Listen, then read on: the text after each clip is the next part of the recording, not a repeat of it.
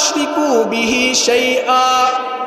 আল্লাহ রাব্বুল আলামিন প্রিয় হাবিবকে বলেন, ওগো আমার বন্ধু, আপনি কাফিরদেরকে ডাকেন, তাদেরকে ডেকে আনেন, আপনি তাদের উপর যা হারাম করে হয়েছে সেইগুলোকে পাঠ করে তাদের সামনে উপস্থাপন করে তাদেরকে শুনিয়ে দেন। এক নাম্বার আল্লাহ রাব্বুল আলামিন বলেন, তাদের উপর হারাম করা হয়েছে আল্লাহ তুশরিকু বিহি শাইআ, তোমরা আল্লাহর সাথে কোনো কিছুকে শরীক করবে না। ওয়া বিল ওয়ালিদাইনি ইহসানা, পিতা মাতার সাথে সৎ আচরণ করবে। ওয়ালা তাকতুলু আওলাদাকুম মিন ইমলাক, আল্লাহ রাব্বুল আলামিন বলেন, তোমরা দারিদ্রতার ভয়ে সন্তানকে হত্যা করো না। নাহনু নারযুকুকুম ওয়া ইয়াহুম, আমি তোমাদেরকে যেমন রিজিক দেই, দারিদ্রতার ভয়ে যেই সন্তান হত্যা করেছো তাদেরকেও আমি রিজিক দেই। আমি যেই আয়াতে কারিমা তেলাওয়াত করেছি, এই আয়াতে আল্লাহ রাব্বুল আলামিন মৌলিকভাবে দুটি বিষয় আলোচনা করেছেন। এক নাম্বার আল্লাহর হক, দুই নাম্বার পিতা মাতার হক। আল্লাহ রাব্বুল আলামিন বলেন, ওয়াকাদা রাব্বুকা আল্লা তা'বুদু ইল্লা ইয়াহু, আল্লাহ বলেন তোমার রবের ফয়সালা হলো তোমরা কারো ইবাদত করবে না, কারো ইবাদত চলবে না, তবে শুধুই মাত্র ইবাদত হবে ইল্লা ইয়া, আল্লাহ রাব্বুল আলামিনের। আল্লাহ রাব্বুল আলামিন সূরাতুজ জারিয়াতের 56 নম্বর আয়াতে বলেন, ওয়ামা খালাকতুল জিন্না ওয়াল ইনসা ইল্লা লিয়াবুদুন,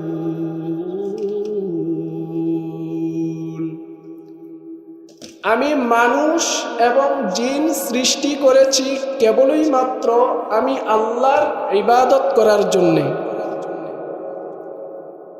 কখন থেকে কখন বান্দা আল্লাহর ইবাদত করবে?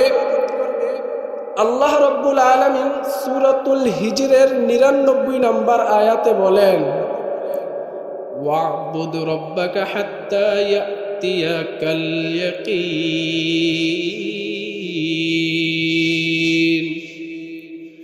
আল্লাহ রাব্বুল আলামিন বলেন,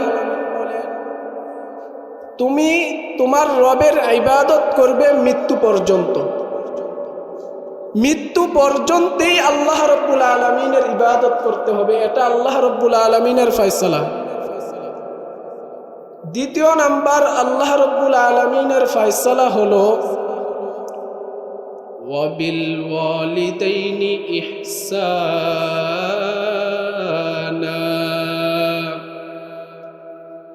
আল্লাহ রাব্বুল আলামিনের ফয়সালা পিতা মাতার সাথে সন্তান ভালো আচরণ করবে, ভালো ব্যবহার করবে।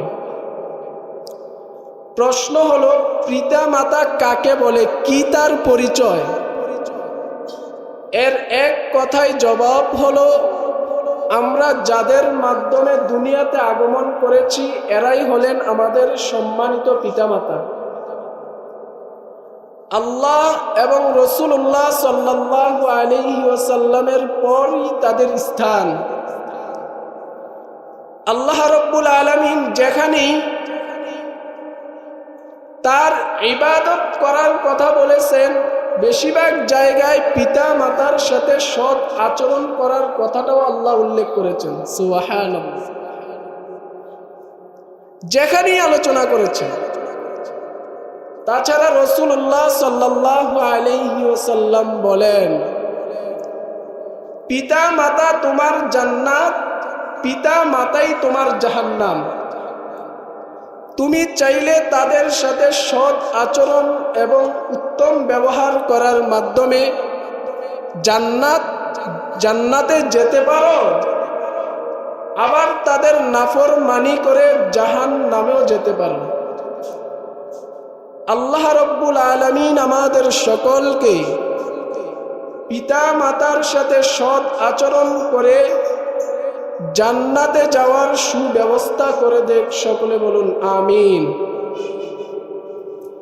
প্রশ্ন হলো, আমরা কেন পিতা মাতার সাথে সৎ আচরণ করব? তিনটি কারণে সন্তান তার পিতা মাতার সাথে সৎ আচরণ করবে। এক নাম্বার, আল্লাহ বলেন وَوَصَّيْنَا الْإِنسَانَ بِوَالِدَيْهِ إِحْسَانًا।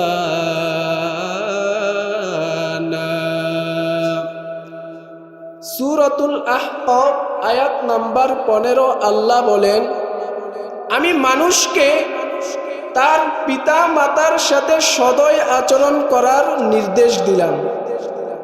কেন নির্দেশ দিলেন? তিন কারণ। হামালাতু উম্মুহু কুরহা, আল্লাহ রাব্বুল আলামিন বলেন তার মা তাকে অতি কষ্টে গর্ভে ধারণ করেছে। এক নাম্বার কারণ, মা তার সন্তানকে গর্ভে ধারণ করেছে কষ্ট করে। দুই নাম্বার, ওয়াওয়াদাতুহু কুরহা, মা তার সন্তানকে অতি কষ্টে প্রসব করেছেন। তিন নাম্বার, ওয়াহামলুহু ওয়া ফিসালুহু 30 শাহরা, আল্লাহ রাব্বুল আলামিন বলেন মা তাকে একদিন আর দুদিন নয়, এক মাস আর 2 মাস নয়, এক এক করে 30টি মাস পর্যন্ত মা তার সন্তানকে স্তন্যদান করেছে। আল্লাহ রাব্বুল আলামিন সূরাতুল লুকমানের 14 নম্বর আয়াতে আল্লাহ তাআলা বিষয়টি আরো স্পষ্টভাবে আলোচনা করেছেন। ওয়াওয়াসাইনাল ইনসানা বিওয়ালিদাইহি, আল্লাহ রাব্বুল আলামিন বলেন আমি মানুষকে তার পিতা মাতার সাথে সদয় আচরণ করার নির্দেশ দিলাম। কেন আল্লাহ রাব্বুল আলামিন পিতা মাতার সাথে সৎ আচরণ করার নির্দেশ দিলেন? ওয়াহামলুহু, হামালাতহু উম্মুহু ওয়াহনান আলা ওয়াহনিন, আল্লাহ রাব্বুল আলামিন বলেন আমি মানুষকে এই জন্য তার পিতা মাতার সাথে সদয় আচরণ করার নির্দেশ দিলাম, যেহেতু তার মা কষ্টের পর কষ্ট করে সন্তানকে বুকে ধারণ করেছেন, পেটে ধারণ করেছেন। ওয়াফিসালুহু ফি আমাইনি, আল্লাহ রাব্বুল আলামিন বলেন সন্তানকে শুধুই মাত্র পেটে বহন করে নাই, বলে 2টি বছর পর্যন্ত মা তার সন্তানকে স্তন্যদান করেছেন। এবার আল্লাহ রাব্বুল আলামিন বলেন আনিশকুরলি, বান্দা তুমি আমি আল্লাহর কৃতজ্ঞতা প্রকাশ করো। আল্লাহ রাব্বুল আলামিন যেখানে নিজের কৃতজ্ঞতা আদায় করার কথা উল্লেখ করেছেন, আবার সেখানে আল্লাহ রাব্বুল আলামিন বলেন ওয়ালি ওয়ালিদাইক, তুমি তোমার পিতা মাতার কৃতজ্ঞতা আদায় করো। এবার রব্বুল আলামিন বলেন ইলাইয়াল মাসির, ঠিকানা হলো আমি আল্লাহর কাছে। সমস্ত মানুষগুলো আল্লাহর কাছে যেতে হবে। আল্লাহ রব্বুল আলামিন বলেন যদি পিতা মাতার সাথে সৎ আচরণ করা না হয়, তাহলে আমায় আল্লাহ রব্বুল আলামিনের পক্ষ থেকে সংবাদ শুনে রাখো, তোমাদের ঠিকানা কিন্তু আমি আল্লাহর কাছে। এজন্য আল্লাহ পাক রব্বুল আলামিন বলেন গোলাম আমার, যেখানে আমি আল্লাহর কৃতজ্ঞতা আদায় করার কথা আসছে, ঠিক সেখানে আমি আল্লাহ রব্বুল আলামিন পিতা মাতার কৃতজ্ঞতার কথা আলোচনা করেছি। সুবহানাল্লাহ। যেখানে আল্লাহ রব্বুল আলামিন নিজের কৃতজ্ঞতা আদায় করার কথা আলোচনা করেছেন, সেখানেই পিতা মাতার কৃতজ্ঞতা আদায় করার আলোচনা করেছে। শুধু এখানেই শেষ নয়, আল্লাহ রাব্বুল আলামিন সূরাতুন নিসার 36 নম্বর আয়াতে বলেন, ওয়াবুদু রাব্বাকা ওয়াবুদুল্লাহ, তোমরা আমি আল্লাহ রাব্বুল আলামিনের ইবাদত করো, ওয়ালা তুশরিকু বিহি শাইআ, সাবধান আমি আল্লাহর সাথে কোনো কিছুকে শরীক করো না। ওয়াবিল ওয়ালিদাইনি ইহসানা, এবং পিতা মাতার সাথে তোমরা সৎ আচরণ করো।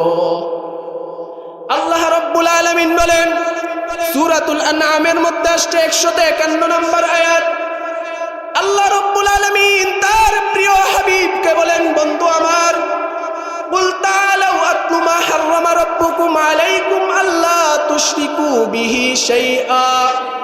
আল্লাহ রাব্বুল আলামিন প্রিয় হাবিবকে বলেন, ওগো আমার বন্ধু, আপনি কাফিরদেরকে ডাকেন, তাদেরকে ডেকে আনেন, আপনি তাদের উপর যা হারাম করে হয়েছে সেইগুলোকে পাঠ করে তাদের সামনে উপস্থাপন করে তাদেরকে শুনিয়ে দেন।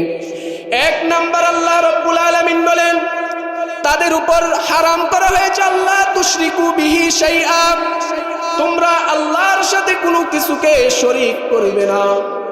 ওয়াবিল ওয়ালিদাইনি ইহসানা, পিতা মাতার সাথে সৎ আচরণ করবে। ওয়ালা তাকতুলু আওলাদাকুম মিন ইমলাক, আল্লাহ রাব্বুল আলামিন বলেন, তোমরা দারিদ্রতার ভয়ে সন্তানকে হত্যা করো না। নাহনু নারযুকুকুম ওয়া ইয়াহুম, আমি তোমাদেরকে যেমন রিজিক দেই, দারিদ্রতার ভয়ে যেই সন্তান হত্যা করেছো তাদেরকেও আমি রিজিক দেই। ওয়ালা তাকরাবুল ফাওয়াহিশা মা যাহারা মিনহা ওয়া মা বাতান, আল্লাহ রাব্বুল আলামিন বলেন, তোমরা অশ্লীল কোনো কাজের কাছেও যেও না, কাছে যাওয়া যাবে না। অশ্লীল কোনো কাজ করা যাবে না তো দূরের কথা, কাছে যাওয়া নিষেধ করেছেন। ওয়ালা তাকতুলুন নাফসাল্লাতী হারামাল্লাহু ইল্লা বিল হক, আল্লাহ রাব্বুল আলামিন বলেন, ওয়ালা তাকতুলুন নাফসাল্লাতী হারামাল্লাহু ইল্লা বিল হক, অন্যায়ভাবে কোনো প্রাণকে তোমরা হত্যা করবে না। এটা আল্লাহ রাব্বুল আলামিনের ফয়সালা। যালিকুম আসসাকুম বিহি লাআল্লাকুম তাকিলুন, আল্লাহ রাব্বুল আলামিন বলেন, এই বিষয়গুলো আমি তোমাদের সামনে উপস্থাপন করলাম যেন তোমরা মুত্তাকি হতে পারো, যেন তোমরা পরহেজগার হয়ে যেতে পারো। হাদিসের মধ্যে আসছে, জামিউত তিরমিজির বর্ণনা 1898 নম্বর হাদিস, নবীজির জলিলুল কদর সাহাবী হযরত আব্দুল্লাহ ইবনে মাসউদ রাদিয়াল্লাহু তাআলা আনহুর বর্ণনা, عن عبد الله بن مسعود رضي الله تعالى عنه قال, আব্দুল্লাহ ইবনে মাসউদ রাদিয়াল্লাহু তাআলা আনহু বলেন, সালতু রাসূলুল্লাহ সাল্লাল্লাহু আলাইহি ওয়াসাল্লাম, আমি আল্লাহর নবী সাল্লাল্লাহু আলাইহি ওয়াসাল্লামকে জিজ্ঞেস করলাম, ইয়া রাসূলুল্লাহ, ওগো আল্লাহর হাবিব, আইয়ুল আমালি আফদলু, সর্বোত্তম আমল কোনটা? আব্দুল্লাহ ইবনে মাসউদ নবীজিকে জিজ্ঞেস করলেন, ইয়া রাসূলুল্লাহ, সর্বোত্তম আমল কি? আল্লাহর নবী সাল্লাল্লাহু আলাইহি ওয়াসাল্লাম বলেন, as-salatu লিমিকাতিহা, সর্বোত্তম আমল হলো সময় মতো নামাজ পড়া। বলেন সর্বোত্তম আমল কি? সময় মতো নামাজ পড়া। কুলতু সুম্মা মাযা ইয়া রাসূলুল্লাহ, আব্দুল্লাহ ইবনে মাসউদ বলেন, আমি আবার নবীজিকে প্রশ্ন করলাম, তারপর সর্বোত্তম আমল কোনটা? এবার নবীজি বললেন, বিররুল ওয়ালিদাইন, পিতা মাতার সাথে সৎ আচরণ করা হলো সর্বোত্তম আমল। সুবহানাল্লাহ। শুধু এখানেই শেষ নয়, আব্দুল্লাহ ইবনে মাসউদ বলেন, আমি আবার নবীজিকে জিজ্ঞেস করলাম, আইয়ুল আমালি আফদলু, সর্বোত্তম আমল কি? এবার নবীজি বললেন, আল জিহাদু ফি সাবিলিল্লাহ, আল্লাহর রাস্তায় জিহাদ করা হলো সর্বোত্তম আমল। আমি আপনাদের কাছে জানতে চাই, বলেন তো সর্বোত্তম আমলের কথা পিতা মাতার সেবা করা আছে না নাই? আমাদের সমাজে সন্তান পিতা মাতাকে সেবা করতে রাজি না, পিতা মাতার সাথে সৎ আচরণ করতে রাজি না। হাদিসের মধ্যে আসছে জামিউত তিরমিজির বর্ণনা, হাদিস নম্বর 1899, নবীজির জলিলুল কদর সাহাবী হযরত আব্দুল্লাহ ইবনে আমর রাদিয়াল্লাহু তাআলা আনহুর বর্ণনা। عن عبد الله بن عمرو رضي الله تعالى عنه قال قال رسول الله صلى الله عليه وسلم আব্দুল্লাহ ইবনে আমর রাদিয়াল্লাহু তাআলা আনহু বলেন, আল্লাহর হাবিব সাল্লাল্লাহু আলাইহি ওয়াসাল্লাম বলেন, রিদার রাব্বি ফি রিদাল ওয়ালিদ ওয়া সাখাতুর রাব্বি ফি সাখাতিল ওয়ালিদ।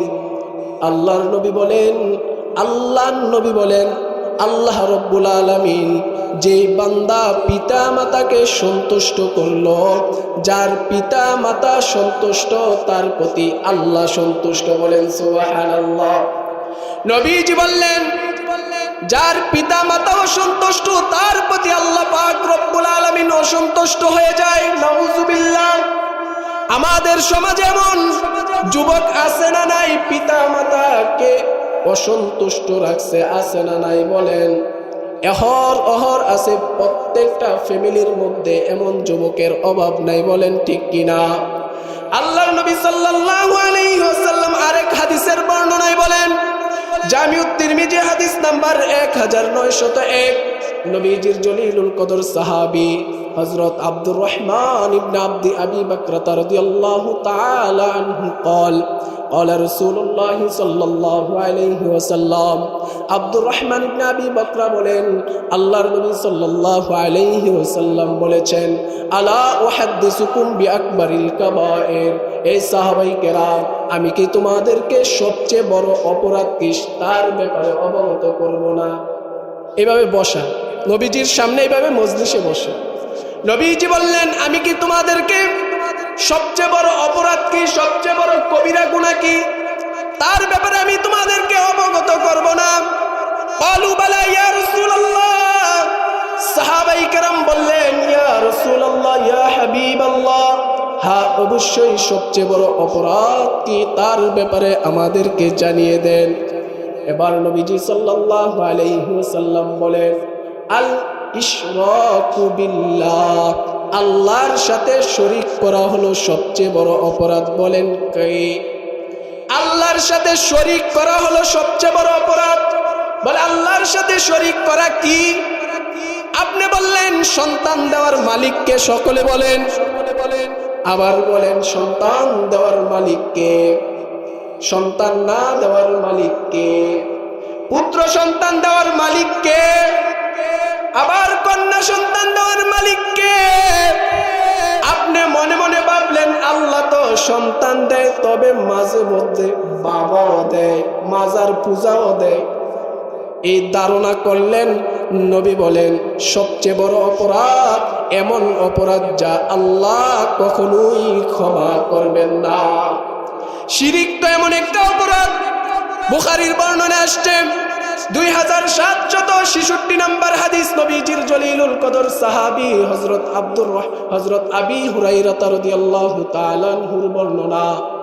عن أبي هريرة رضي الله تعالى عنه قال আবু হুরায়রা রাদিয়াল্লাহু তাআলা আনহু বলেন, قال رسول الله صلى الله عليه وسلم, আল্লাহর নবী সাল্লাল্লাহু আলাইহি ওয়াসাল্লাম বলেন, ইজতানিবুস সাবআল মুবিকাত আই মুহলিকাত।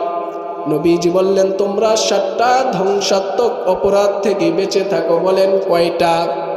তোমরা 7টা ধ্বংসাত্মক অপরাধ থেকে বেঁচে থাকো, যেইগুলো তোমাদের আমলগুলোকে ধ্বংস করে দিবে। নামাজ পড়লে নামাজ ধ্বংস করে দিবে, রোজা রাখলে রোজাকে ধ্বংস করে দিবে, যাকাত দিলে যাকাত ও ধ্বংস করে দিবে, হজ করলে হজ ধ্বংস করে দিবে। নবীজি বললেন তোমরা এমন 7 অপরাধ থেকে বেঁচে থাকো যা তোমাদের আমলগুলোকে ধ্বংস করে দিবে। ক্বালু ইয়া রাসূলুল্লাহ ওয়া মান হুন্না। সাহাবায়ে কেরাম প্রশ্ন করলেন, ইয়া রাসূলুল্লাহ, আমরা জানতে চাই ওই 7 অপরাধ কি, যেই অপরাধ কারণে আমাদের আমল ধ্বংস হয়ে যাবে, যেই অপরাধের কারণে আমাদের নামাজ রোজা হজ যাকাত কোনো আমলই তো আল্লাহর দরবারে গ্রহণযোগ্য হবে না। এবার নবীজি 7 অপরাধ একের পর এক বলতে লাগলেন। 1 নাম্বার নবীজি বললেন আল ইশরাকু বিল্লাহ, আল্লাহর সাথে শরীক করা হলো সবচেয়ে বড় অপরাধ। এই অপরাধ যে করবে আল্লাহ রাব্বুল আলামিন তার সমস্ত আমলগুলো ধ্বংস করে দিবেন। নাউজুবিল্লাহ। এই জন্য শিরিক করা যাবে না। 2 নাম্বার নবীজি বললেন আসসিহরু, আমাদের সমাজে জাদু আছে না নাই? একজনে আরেকজনের ব্যাপারে জাদু করে, আছে না নাই? সয়ানি এলাকায় মনে হয় নাই। নবী বললেন জাদু এমন এক অপরাধ যে অপরাধের কারণে আল্লাহ সমস্ত আমলগুলো ধ্বংস করে দিবেন। নাউজুবিল্লাহ। এরপর নবীজি বললেন 3 নাম্বার ওয়াকাতলুন নাফসিল্লাতী হারামাল্লাহু ইল্লা বিল হক, অন্যায়ভাবে কাউকে হত্যা করা। ওই যে গত কিছুদিন আগে শুনছেন হাদিকে হত্যা করেছে অন্যায়ভাবে। নবীজি বললেন সে এমন কাজ করেছে যে কাজের কারণে যদি সে ভালো কাজ করে থাকে, অর্থাৎ যে হত্যা করেছে তার ভালো আমলগুলো আল্লাহ ধ্বংস করে দিবেন। নাউজুবিল্লাহ। এই জন্য নবীজি বললেন ওয়াকাতলুন নাফসিল্লাতী হারামাল্লাহু ইল্লা বিল হক, অন্যায়ভাবে কাউকে হত্যা করা, অন্যায়ভাবে কাউকে মারা। নবীজি বললেন তোমার পূর্ববর্তী যত আমল রয়েছে সমস্ত আমলগুলো ধ্বংস হয়ে যাবে। 4 নাম্বার নবীজি বললেন ওয়াতাওয়াল্লি ইয়াউমাজ যাহাব, যুদ্ধের ময়দান থেকে পলায়ন করা এটা বড় অপরাধ। এটা এমন অপরাধ যে অপরাধের কারণে আল্লাহ রাব্বুল আলামিন আমাদের আমলগুলো ধ্বংস করে দিবেন। এজন্য পলায়ন করা যাবে না। আমাদের সমাজে বলেন তো ভালো একটা মেয়ে তার ব্যাপারে সুস্কামি করে কি করে না? নবীজি বললেন আল মুহসানাতিল মুমিনাতিল গাফিলাত, ভালো সতী সাধী নারীর ব্যাপারে মিথ্যা অপবাদ দেওয়া এটা হলো ধ্বংসাত্মক এক কাজ। আল্লাহর নবী বলেন যে ব্যক্তি এই কাজ করবে আল্লাহ রাব্বুল আলামিন তার আমলগুলো ধ্বংস করে দিবেন। নাউজুবিল্লাহ। এই জন্য বলতেছিলাম আল্লাহর নবী সাল্লাল্লাহু আলাইহি ওয়াসাল্লাম আব্দুর রহমান ইবনে আবি বকর রাদিয়াল্লাহু তাআলা আনহুকে বললেন আলা উহাদ্দিসুকুম বিআকবারিল কাবাইর, সাহাবাই কেরাম আমি কি তোমাদেরকে সবচেয়ে বড় অপরাধ কি তার ব্যাপারে জানিয়ে দেব না? ক্বালু বালা ইয়া রাসূলুল্লাহ, সাহাবাই কেরামকে নবীজি যখন এই কথা বললেন সাহাবাই কেরাম বললেন ইয়া রাসূলুল্লাহ সবচেয়ে বড় অপরাধ কি তার ব্যাপারে আমাদেরকে জানিয়ে দেন। এবার নবীজি 1 নাম্বার বললেন আল ইশরাকু বিল্লাহ, আল্লাহর সাথে শরীক করা হলো সবচেয়ে বড় কবিরা গুনাহ। 2 নাম্বার নবীজি বললেন উকুকুল ওয়ালিদাইন, পিতা মাতার নাফরমানি করা হলো সবচেয়ে বড় কবিরা গুনাহ। বলেন নাউজুবিল্লাহ। নাফরমানি হয়নি, সন্তান বাবাকে মানতে চায় না, মাকে মানতে চায় না, এই যে অবাধ্য সন্তান হয়ে গেল, নবীজি বললেন এটা সবচেয়ে বড় কবিরা গুনাহ। বর্ণনাকারী সাহাবী হযরত আব্দুর রহমান ইবনে আবি বকর বলেন এই হাদিস যখন নবীজি বললেন ওয়াজালাসা, নবীজি এইভাবে হেলান দিয়ে মসজিদে নববীতে বসা ছিলেন। ওয়াকানা মুত্তাকিয়ান, নবীজি এইভাবে সোজা হয়ে বসলেন। এবার নবীজি বললেন ফাকাল, সাহাবাই কেরামকে নবীজি বললেন ও শাহাদাতুজ জুর, মিথ্যা সাক্ষ্য দেওয়া আমাদের সমাজে আছে না নাই? মিথ্যা একে অপরের বিরুদ্ধে সাক্ষ্য দেয় এমন আছে না নাই? জোরে বলেন আছে না নাই? আওয়াজ দিয়া বলেন আছে না নাই? নবীজি বললেন এটা মিথ্যা অপবাদ দেওয়া, মিথ্যা সাক্ষ্য দেওয়া এটা সবচেয়ে বড় অপরাধ। নবীজি বললেন এই অপরাধ থেকে তোমরা বেঁচে থাকো। ও কওলুজ জুর, নবীজি বলেন মিথ্যা কথা বলা আমাদের সমাজে কথা বলে কি বলে না? এই 4 অপরাধ যারা করবে, 1 নাম্বার শিরিক করলো, 2 নাম্বার পিতা মাতার অবাধ্য হলো, 3 নাম্বার মিথ্যা সাক্ষী দিল, 4 নাম্বার মিথ্যা কথা বলল। নবীজি বললেন এই অপরাধ যারা করবে তারা কবিরা গুনাহের মধ্যে লিপ্ত হয়ে গেল। নাউজুবিল্লাহ। বলেন তো আমাদের সমাজে পিতা মাতাকে গালিগালাজ করে কি করে না? জুড়ে বলেন। মনে সয়ানি এলাকায় নাই? আপনাদের আওয়াজে মনে হয় না যে সয়ানি এলাকায় গালিগালাজ করে? আরে সয়ানি এলাকায় সন্তান পিতা মাতাকে গালিগালাজ করেনি? করে। জামিউত তিরমিজির বর্ণনায় আসছে 1902 নম্বর হাদিস, عن عبد الله بن عمرو رضي الله تعالى عنه قال قال رسول الله صلى الله عليه وسلم আব্দুল্লাহ ইবনে আমর রাদিয়াল্লাহু তাআলা আনহু বলেন, আল্লাহর নবী সাল্লাল্লাহু আলাইহি ওয়াসাল্লাম বলেন, আইয়াশতুমুর রাজুলু ওয়ালিদাইহি, সন্তান তার পিতা মাতাকে গালি দেয়, নাউজুবিল্লাহ বলেন। আর জোরে বলেন নাউজুবিল্লাহ। ক্বালু ইয়া রাসূলুল্লাহ হাল ইয়াশতুমুর রাজুলু ওয়ালিদাইহি, সাহাবায়ে কেরাম মজলিসে বসা ছিলেন, সমস্ত সাহাবায়ে কেরাম আশ্চর্যান্বিত হয়ে গেলেন। সাহাবায়ে কেরাম নবীজিকে বললেন, ইয়া রাসূলুল্লাহ, এত আশ্চর্য বিষয়, সন্তান কিভাবে তার পিতা মাতাকে গালি দেয়? সাহাবায়ে কেরাম কি হলেন? আশ্চর্যান্বিত হইলেন, আরে সন্তানকে আবার পিতা মাতাকে গালি দিতে পারে? ক্বালা নাম, নবীজি বললেন হ্যাঁ, ইয়াশতুমুর রাজুলু ওয়ালিদাইহি, আবার রাজুলি। নবীজি বললেন এক ব্যক্তি অপরের, বলেন একজন আরেকজনের পিতা মাতাকে গালি দেয়নি, আবার সে তার পিতা মাতাকে গালি দেয়নি। নবী আলাইহিস সালাতু ওয়াস সালাম বলেন, এই যে সে এক অপরাধ করলো, এই অপরাধ হলো সবচেয়ে বড় কবিরা গুনাহ, নাউজুবিল্লাহ বলেন। এজন্য নিজেও গালি দেব না, অন্যকে গালি দিলে কেমন যেন সে স্বয়ং কাকে গালি দিল? নিজের পিতা মাতাকে গালি দিল। আর যে ব্যক্তি নিজের পিতা মাতাকে গালি দেয় সে কবিরা গুনাহের মধ্যে লিপ্ত হলো, নাউজুবিল্লাহ। হাদিসের মধ্যে আসছে, সহিহ মুসলিমের বর্ণনা 2548 নম্বর হাদিস, عن أبي هريرة رضي الله تعالى عنه قال جاء رجل إلى رسول الله صلى الله عليه وسلم। আবু হুরায়রা রাদিয়াল্লাহু তাআলা আনহুর বর্ণনা, এক ব্যক্তি নবীজির কাছে আসলেন। কার কাছে? জোরে বলেন, কার কাছে আসলেন? নবীজির কাছে এসে নবীজিকে প্রশ্ন করলেন, ইয়া রাসূলুল্লাহ, ও আল্লাহর হাবিব, মান হুসনি সাহাবাতি, মান আহাক্কুন নাসি বিহুসনি সাহাবাতি, আমি কার সাথে ভালো ব্যবহার করব? বলেন কি বললেন? নবীজিকে এসে বললেন, ইয়া রাসূলুল্লাহ, আমি কার সাথে ভালো ব্যবহার করব? এবার নবীজি বললেন, উম্মুক, তুমি তোমার মায়ের সাথে ভালো ব্যবহার করো। সুবহানাল্লাহ। সাহাবী নবীজিকে আবার প্রশ্ন করলেন, সুম্মা মাজা, তারপর কার সাথে ভালো ব্যবহার করব? নবীজি বললেন, উম্মুক, তোমার মায়ের সাথে তুমি ভালো ব্যবহার করো। সাহাবী আবার নবীজিকে প্রশ্ন করলেন, ইয়া রাসূলুল্লাহ, ইয়া হাবিবাল্লাহ, সুম্মা মাজা, আমি কার সাথে তারপরে ভালো ব্যবহার করব? এবার নবীজি একই উত্তর দিলেন, উম্মুক, তুমি তোমার মায়ের সাথে ভালো ব্যবহার করো। সুবহানাল্লাহ। কেন নবীজি তিনবার মায়ের কথা উল্লেখ করলেন? আল্লাহ রাব্বুল আলামিন সূরাতুল আহকাফের মধ্যে আল্লাহ রাব্বুল আলামিন মায়ের তিনটা কষ্ট করেছে সেইগুলো আলোচনা করেছেন। আল্লাহ রাব্বুল আলামিন বলেন, সন্তান তার পিতা মাতার সাথে এই জন্যই তো ভালো ব্যবহার করবে, কারণ তার মা তাকে তিনটা কষ্ট করে দুনিয়াতে লালন পালন করেছে। বলেন কয়টা? জোরে বলেন কয়টা? 1 নাম্বার, মা তাকে পেটে ধারণ করেছেন, এটা হলো 1 নাম্বার কষ্ট। 2 নাম্বার, মা তাকে প্রসব করেছেন, দ্বিতীয় কষ্ট।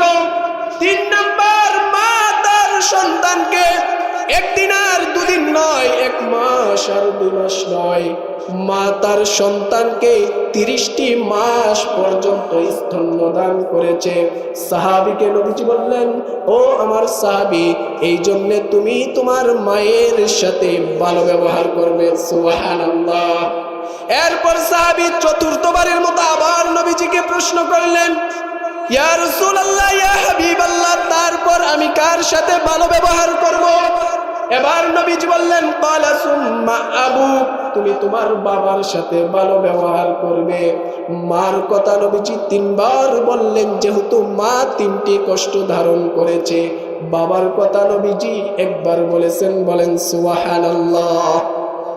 হাদিসের মধ্যে আসছে, সহিহ মুসলিমের বর্ণনা 2549 নম্বর হাদিস। নবীজির জলিলুল কদর সাহাবী হযরত আব্দুল্লাহ ইবনে আমর ইবনুল আস রাদিয়াল্লাহু তাআলা আনহুর বর্ণনা। عن عبد الله بن عمرو رضي الله تعالى عنه قال أقبل رجل إلى نبي الله صلى الله عليه وسلم এক ব্যক্তি নবীজির কাছে আসলেন। কার কাছে আসলেন? নবীজির কাছে এসে বললেন উবাইউকা আলাল হিজরতি ওয়াল জিহাদ। ইয়া রাসূলুল্লাহ, ইয়া হাবিবাল্লাহ, আমি আপনার কাছে হিজরত এবং জিহাদের বাইআত গ্রহণ করতে চাই। আমি আপনার সাথে হিজরত করে মক্কা ছেড়ে মদিনায় যাব, সিরিয়ায় যাব। আপনি যেখানে যান আমি সেখানে যাব। শুধু এখানেই শেষ নয়, সেখানে গিয়ে আপনার সাথে আমি যুদ্ধ করব। আল্লাহর নবী সাল্লাল্লাহু আলাইহি ওয়াসাল্লাম কে সাহাবী এই কথা বলেন, আবু তাগিল আজরা মিনাল্লাহ, আমি আপনার সাথে জিহাদ করে হিজরত করে আল্লাহর কাছে প্রতিদান চাই। বলেন সুবহানাল্লাহ। জিহাদ করব, হিজরত করব, এর বিনিময়ে আল্লাহ আমাকে নেক দান করবেন। বলেন সুবহানাল্লাহ। قال رسول الله صلى الله عليه وسلم, আল্লাহর নবী সাল্লাল্লাহু আলাইহি ওয়াসাল্লাম বলেন, হাল্লাকা ওয়ালিদাইক, হে সাহাবী, তোমার পিতামাতা কি কেউ জীবিত আছে নাকি? আহাদুল হাইয়্যুন, তোমার পিতামাতা কি কেউ জীবিত?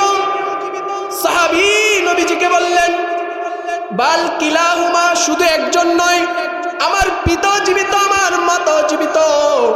এবার নবীজি বললেন, সাহাবী ফারজি ইলা ওয়ালিদাইক, তুমি তোমার পিতা মাতার কাছে যাও। ফাআহসিন সুহবাতাহুমা, তাদের সাথে তুমি ভালো আচরণ করো। তাদের সাথে ভালো আচরণ করলে জিহাদ এবং হিজরত করে যতটুকু তুমি সওয়াব অর্জন করতে, তুমি সেই সওয়াব পিতা মাতার খেদমত করে অর্জন করে নাও। সুবহানাল্লাহ।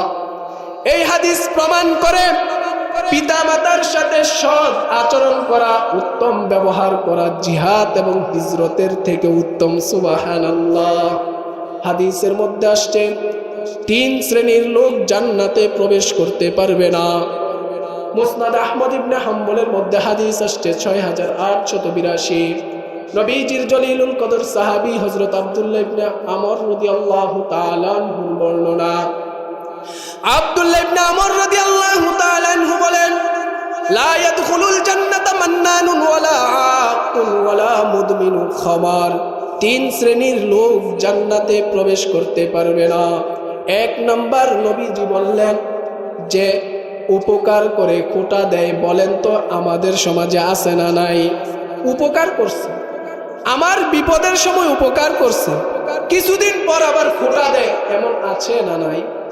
নবীজি বললেন, লা ইয়াদখুলুল জান্নাতা মান্নান, উপকার করে খোটা দানকারী জান্নাতে প্রবেশ করবে না।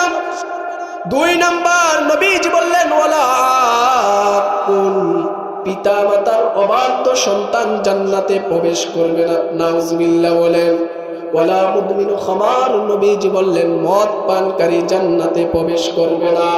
এই 3 শ্রেণীর লোক, 1 নাম্বার উপকার করে খোটা দানকারী, 2 নাম্বার পিতা মাতার অবাধ্য সন্তান, 3 নাম্বার মদ পানকারী। এই 3 শ্রেণীর লোক মুসনাদে আহমদ ইবনে হাম্বলের হাদিস প্রমাণ করে তারা জান্নাতে প্রবেশ করবে না। নাউজুবিল্লাহ। পিতা মাতা আপনার আছে, কিন্তু পিতা মাতাকে পাওয়ার পরেও যারা জান্নাত ক্রয় করতে পারে নাই, নবীজি তাদের জন্য লানত করছে। নাউজুবিল্লাহ। জোরে বলেন নাউজুবিল্লাহ। জামিউত তিরমিজি হাদিস নাম্বার 3545। আন আবি হুরায়রা রাদিয়াল্লাহু তাআলা আনহু قال, আবু হুরায়রা রাদিয়াল্লাহু তাআলা আনহু বলেন, ক্বালা রাসূলুল্লাহ সাল্লাল্লাহু আলাইহি ওয়াসাল্লাম, আল্লাহর হাবিব সাল্লাল্লাহু আলাইহি ওয়াসাল্লাম বলেছেন, রাগিমা আনফু রাজুলিন যুকিরতু ইনদাহু ফালাম ইউসাল্লি আলাইয়া।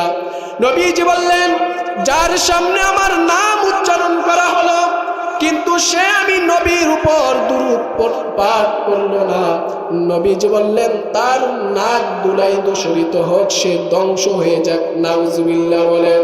এজন্য যখনই নবীজির নাম আসবে তখনই দুরূদ পড়তে হবে। বলেন কি পড়তে হবে? সাল্লাল্লাহু আলাইহি ওয়াসাল্লাম। নবীজির নাম আসছে কি বলা? সাল্লাল্লাহু আলাইহি ওয়াসাল্লাম। যদি আপনি নাম শুনছেন কিন্তু নবীর উপর দুরূদ পাঠ করেন নাই, নবী বলেন সে ধ্বংস হয়ে যাবে, তার ব্যাপারে আমার কোনো কথা নেই। নাউজুবিল্লাহ বলেন। যেই নবী এত দয়াবান আমাদের প্রতি, এত দয়াবান, নবীজি কত দমক দিয়েছেন। এরপর নবীজি বললেন অরগিমাং ফুরজুলিন দাখালা আলাইহি রমাদান সুম্মা সালাখা ক্বাবলা আন ইউগফারলা। নবীজি বললেন যে রমজান মাস পেল, কি পেল বলেন? রমজান মাস পাওয়ার পরও সে নিজের জীবনের গুনাহগুলো ক্ষমা করাইতে পারল না, সে জান্নাতে যেতে পারল না, সেও নবীজি বললেন ধ্বংস হয়ে যাক। নাউজুবিল্লাহ বলেন। ওয়ারাগিমান ফুরজুলিন আদরাকা ইনদাহু আবওয়াহুল কিবার আও আহাদুহুমা ফালাম ইউদখিলাহুল জান্নাহ। নবীজি বললেন যে তার পিতা মাতাকে বার্ধক্যে উপনীত অবস্থায় পেল, পিতা মাতাকে বৃদ্ধ অবস্থায় পেল, কিন্তু সে পিতা মাতার খেদমত করে জান্নাতে যেতে পারে নাই, সে জান্নাত ক্রয় করতে পারে নাই, তাদের খেদমত করার মাধ্যমে জান্নাতে সে প্রবেশ করতে পারে নাই। নবীজি বলেন এমন নাফরমান সন্তান ধ্বংস হয়ে যাক, তার ব্যাপারে আমার কোনো কথা নাই। নাউজুবিল্লাহ বলে। শুধু এখানেই শেষ নয়, মুসনাদ আহমদ ইবনে হাম্বলের মধ্যে হাদিস আসছে 22075 নম্বর হাদিস। নবীজির জলিলুল কদর সাহাবী হযরত মুআজ ইবনে জাবাল রাদিয়াল্লাহু তাআলা আনহুর বর্ণনা। হযরত মুআজ ইবনে জাবাল কে চিনেন? হযরত মুআজ ইবনে জাবালকে নবীজি ইয়ামান পাঠাবেন, ইয়ামান। নবীজির কানে নবীজির পক্ষ থেকে তাকে ইয়ামান পাঠানোর একটা প্রস্তাব আসলো। হযরত মুআজ ইবনে জাবাল এই কথা শুনে বেহুশ হয়ে গেলেন।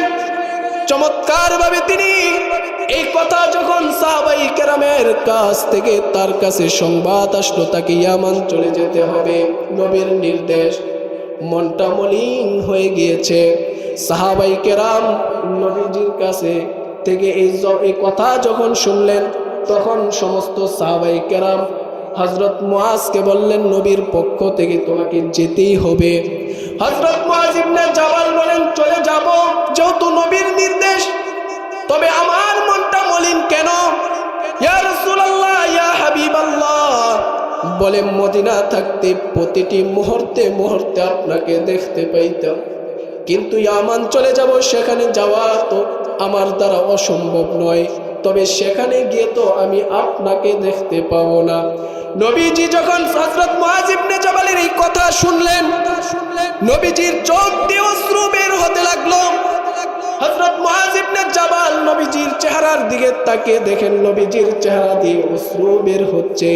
হযরত মুআজ নবীজির কান্না দেখে নিজেও কান্না আরম্ভ করে দিলেন। হযরত মুআজ ইবনে জাবালকে নবীজি বললেন, হে মুআজ ইবনে জাবাল, তুমি কি স্থায়ী চাও না অস্থায়ী চাও? হযরত মুআজ ইবনে জাবাল বলেন আমি স্থায়ীভাবে আপনার সাথে থাকতে চাই। হযরত মুআজকে নবীজি বললেন যদি এই কথা মেনে খুশিভাবে তুমি ইয়ামান চলে যাও, তাহলে জান্নাতে স্থায়ীভাবে আমি নবীর সাথে থাকতে পারবে। সুবহানাল্লাহ।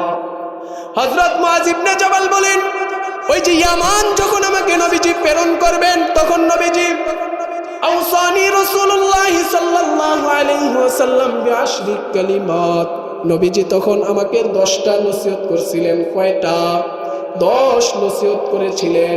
1 নাম্বার, নবীজি হযরত মুআজকে বললেন, মুআজ লা তুশরিক বিল্লাহ ওয়া ইন কুতিলতা ওয়া হুররিকতা, সাবধান মুআজ, তুমি ইয়ামান চলে যাবে, তবে সাবধান সাবধান, সেখানে গিয়ে আল্লাহর সাথে কোনো কিছু শরীক করো না।